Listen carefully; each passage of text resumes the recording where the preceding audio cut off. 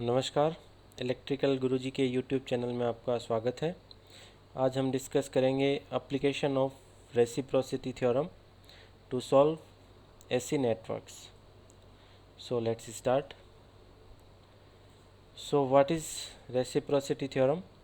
This theorem applies to network containing linear bilateral elements and single voltage source और a single current source. First ये condition है कि जो आपका network है उसमें जो एलिमेंट्स हैं वो क्या होने चाहिए, लीनियर बाइलेटरल। और सेकंड कंडीशन क्या है कि उसमें या तो सिंगल वोल्टेज हो या फिर सिंगल करंट सोर्स हो। This theorem may be stated as follows: if a voltage source in branch A of a network causes a current of one branch B, then shifting the voltage source but not its impedance of branch B will cause the same current I in branch A। ये current 1 नहीं, यहाँ पे क्या है I, और ये भी क्या है current I। So according to this क्या है कि अगर मान लीजिए आपके पास में एक सर्किट है, तो फर्स्ट कंडीशन तो क्या है कि सिंगल सोर्स होना चाहिए नेटवर्क में, तो हम सिंगल सोर्स यहाँ पे ले रहे हैं वी थीटा। मान लीजिए यहाँ पे एक इम्पीडेंस है Z1 फाई 1 और यहाँ पे एक इम्पीडेंस है Z2 फाई 2 और एक इम्पीडेंस यहाँ पे है and its value is Z3 phi 3। तो अकॉर्डिंग टू दिस थ्योरम क्या है कि अगर मान लीजिए ये आपके पास में एक नेटवर्क है, इसमें एक वोल्टेज सोर्स है, तो अगर आपको यहाँ पे करंट फाइंड आउट करनी है इस I3 में, तो हमने किसी भी तरीके से KCL KVL या एनी अदर थ्योरम्स हमने यहाँ पे करंट फाइंड आउट कर ली I3, ठीक है। तो अकॉर्डिंग टू दिस थ्योरम क्या होगा, अगर हम इसकी जो प्लेसमेंट है जिसमें हमने फाइंड आउट किया था, अगर उसको वहाँ पे प्लेस कर देते हैं वोल्टेज सोर्स को, बट नॉट इट्स इम्पीडेंस, जो इम्पीडेंस है वो वहीं रहेगा, तो क्या है कि Z1 फाई 1 इम्पीडेंस सेम रहेंगे, इम्पीडेंस का जो पोजीशन है वो चेंज नहीं होगी।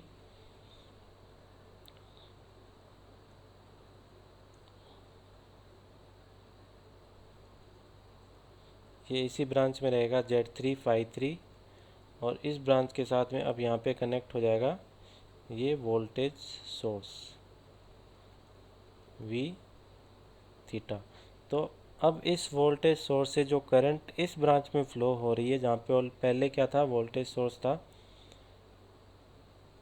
अगर इसमें कोई करंट हो रही है I1 मान लीजिए निकाला है, तो I1 क्या होगी I3 के इक्वल होगी अकॉर्डिंग टू रेसिप्रोसिटी थ्योरम।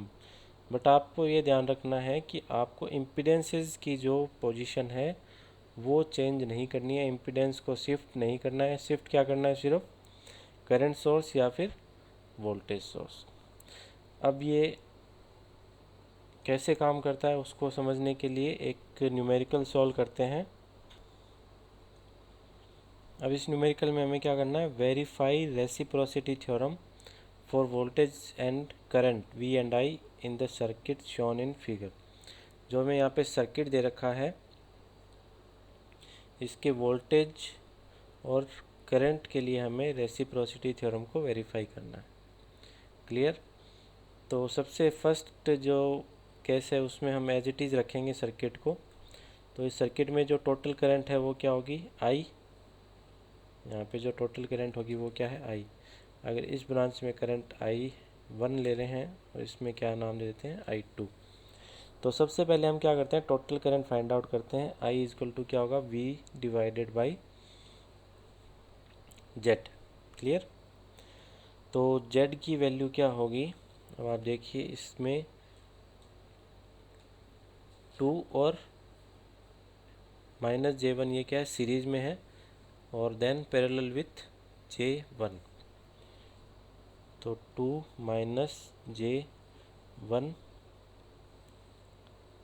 और पैरेलल विथ J1, और ये फिर क्या है सीरीज में इस 1 के साथ +1, तो ये क्या होगा 2 minus J1 multiply by J1 plus 2 minus J1 plus J1 plus 1, J1 से J1 ये कैंसिल हो जाएगा, और इसको जब मल्टीप्लाई करेंगे तो आएगा J2 और माइनस J² तो माइनस J² क्या हो जाएगा +1 डिवाइडेड बाई 2 +1, तो ये हो जाएगा J प्लस 0.5 +1,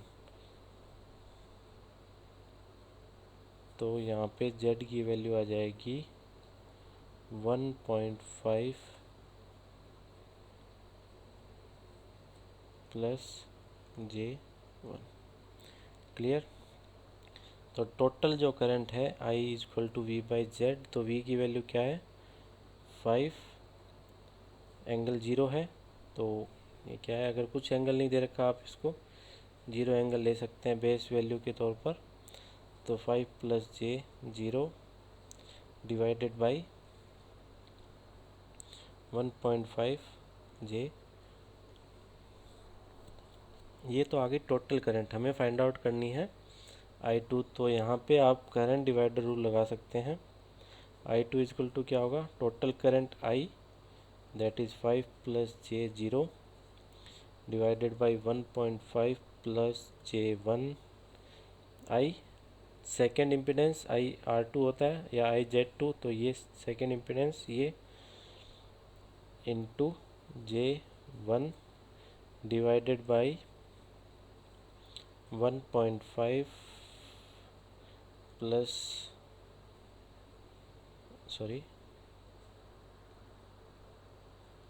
इन दोनों का एडिशन J1 और 2 माइनस J1, तो J1 प्लस 2 माइनस J1, तो J1 से J1 अगेन कैंसिल आउट हो जाएगा, तो ये हो जाएगा I2 equal to 5J divided by 1.5 plus J1 और 2 से मल्टीप्लाई, तो 5J 3 प्लस 2J, ये हमने यहाँ पे I2 की वैल्यू फाइंड आउट करनी है। इसको एज इट इज रखनी दीजिए हमें, क्योंकि सिर्फ वेरीफाई करना है, चाहे वो पोलर फॉर्म में हो चाहे रेक्टेंगुलर फॉर्म में, उससे कोई फ़र्क नहीं पड़ता, तो हमने इसकी एज इट इज वैल्यू यहाँ पे रखी है। अब सेकंड केस में हम क्या करने वाले हैं, सेकंड केस में हम वोल्टेज और जो एमीटर है उसकी पोजीशन को चेंज कर देंगे लाइक दिस, जहाँ पे वोल्टेज आपका जो ईएमएफ है वहाँ पे हम क्या करेंगे, यहाँ पे एमीटर लगा देंगे I, और इम्पीडेंसेस को एज इट इज रखेंगे 1 और J1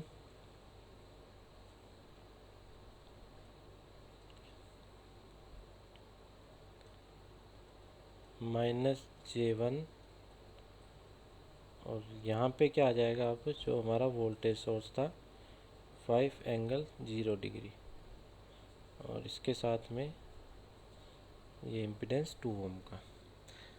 अब जो टोटल करंट है वो क्या हो जाएगी I डैश, और यहाँ पे जो करंट फ्लो होगी वो क्या है I1 डैश, और यहाँ पे जो करंट फ्लो होगी वो क्या हो जाएगी I2 डैश। तो हमें I2 डैश फाइंड आउट करना है, उसके लिए सबसे पहले फाइंड आउट करते हैं I डैश की value, that is V/Z dash, तो Z डैश क्या होगा, अब यहाँ पे Z डैश के लिए देखिए ये 2 और माइनस J1 ये क्या है सीरीज़ में है, एंड देन पैरेलल विथ इन दोनों के पैरेलल कॉम्बिनेशन के साथ में। तो इसको सॉल्व करते हैं, देखिए 2 माइनस J1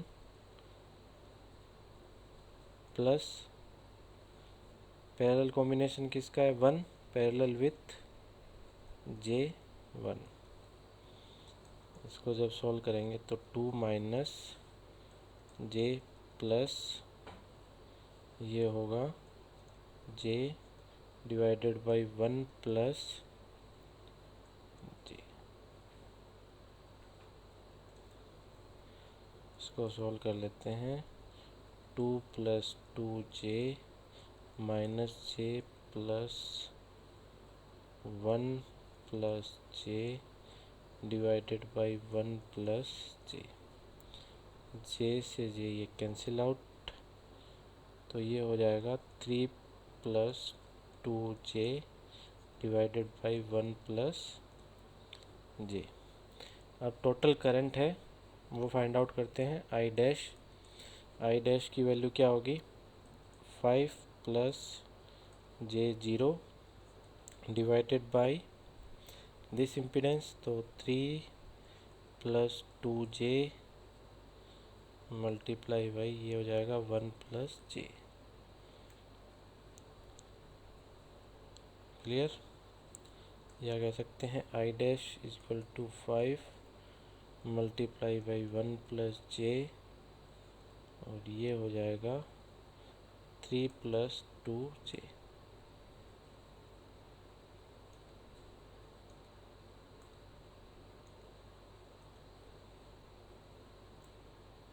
सॉरी,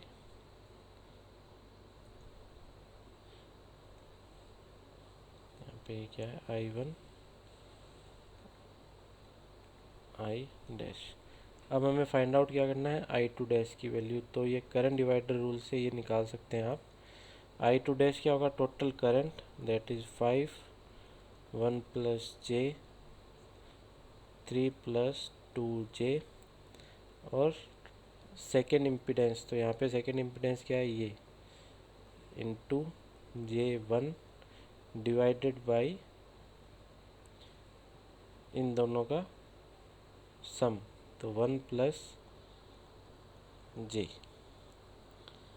तो इसको सॉल्व करेंगे तो क्या होगा, 5 1 plus J into J1 divided by 3 plus 2J and then multiply by 1 plus J। ये इससे कैंसिल हो जाएगा, तो यहाँ पे I2 डैश की वैल्यू क्या आएगी, 5J, या कह सकते हैं इसको J5 लिखिए, हमेशा J पहले लिखिए, J5 divided by plus J2। तो अब ये देखिए I2 डैश की वैल्यू और यहाँ पे जो हमने I2 निकाला था, ये दोनों की वैल्यू क्या है, सेम है। तो इससे हमने क्या वेरीफाई कर दिया, रेसिप्रोसिटी थ्योरम को, that is I2 equal to I2 dash. So according to reciprocity theorem, that to a network containing linear bilateral elements and a single voltage or a current source, the theorem may be stated that if a voltage source in branch A of a network causes a current of I branch B, then shifting the voltage source but not impedances of branch B will cause the same current I in branch A। तो वही हमने यहाँ पे apply किया था। इस numerical में हमने सिर्फ वोल्टेज सोर्स है उसको शिफ्ट किया था, तो जो दो करंट आई थी I2 और I2 डैश, वो दोनों क्या है, इक्वल। सो आज की वीडियो के लिए इतना ही। Thank you. नेक्स्ट वीडियो में अगले टॉपिक पे डिस्कस करेंगे, तब तक के लिए नमस्कार।